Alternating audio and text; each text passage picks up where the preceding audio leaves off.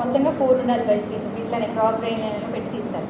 Okay, ఒకసారి trace అయినాక తీసేసి మళ్ళీ ఇక్కడ పెట్టండి. ఓకే, అది అయినాక ఎక్స్ట్రా ఫ్యాబ్రిక్లో you need to take bias strips. Okay, neck line finish చేయడానికి బయా స్ట్రిప్స్ కావాలి. అండ్ ఫ్రంట్ ఇది ఫ్రంట్ పీస్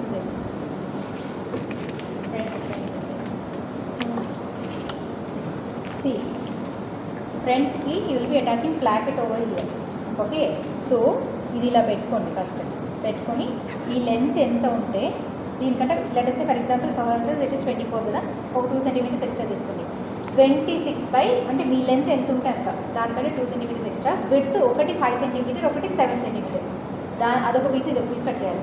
మీ లెంత్ కంటే 2 సెంటీమీటర్ ఎక్స్ట్రా, విడ్త్లో ఒక పీస్కి 5 సెంటీమీటర్, సెకండ్ పీస్కి 7 సెంటీమీటర్. అది స్ట్రైట్లోనే తీసుకోండి. ఎక్కడ వస్తే అక్కడ, ఇక్కడ ఎక్కడైనా వస్తే ఇక్కడ తీసేసుకోండి. పక్కన విడ్త్ ఒకటి 5, ఒకటి 7 అయిందా? అది అయినాక సీరియల్ బయా స్టెప్స్ తీసుకోవాలి. ఇంకో ఇలా డయాగ్నల్గా లైన్స్ డ్రా చేసుకుని విడ్త్ 4 సెంటీమీటర్ ఉండాలి.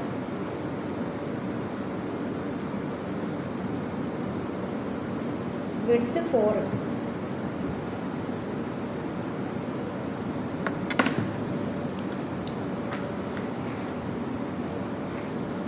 ఓకే, ఇట్లా ఒక 4-5 పీసెస్ తీసుకోండి. ఇది నెక్ లైన్ ఫినిషింగ్ కోసం. ఓకే, ఇలా ఒక 4-5 పీసెస్ ఇంత లెంత్లో, అది నెక్ లైన్ ఫినిషింగ్ కోసం. ఇది కూడా అయిపోయినాక బ్యాక్ ఇది ట్రేసింగ్ అంతా అయిపోయినాక ఇది ఓపెన్ చేయండి.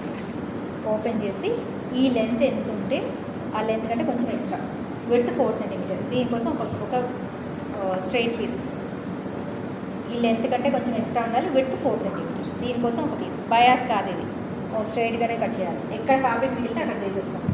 అర్థమైందా? So back waist line facing sleeveless waist block చేసాను, గుర్తుందా? వేస్ట్ లైన్ ఫేజింగ్ సేమ్ అలానే, ఈ లెంత్ కంటే కొంచెం ఎక్స్ట్రా, విడ్త్లో 4 సెంటీమీటర్. బ్యాక్ వేస్ట్ లైన్ ఫేజింగ్కి ఒక పీస్. ఓకే, ఫ్రంట్లో హుక్ అండ్ ఐకి ఒకటి 5 సెంటీమీటర్, ఒకటి 7 సెంటీమీటర్, ఈ లెంత్ కంటే ప్లస్ 2 సెంటీమీటర్ ఎక్స్ట్రా, అదొక పీస్. And other than that bias strips ఒక 4 విడ్త్ 4 సెంటీమీటర్లు ఉండాలి, ఈ లెంత్లో 4-5 పీసెస్ కావాలి. ఓకే, ఇది ఇంకా చిన్న పీసెస్ వస్తే చిన్నవన్నా ఒకదానికి ఒకటి జాయిన్ చేస్తారు ఎట్లా. ఓకే, అండ్ బెల్ట్ ఇంకో 2 పీసెస్. ఓకే, ఈ పీసెస్ అన్నీ కట్ చేయండి, సరేనా?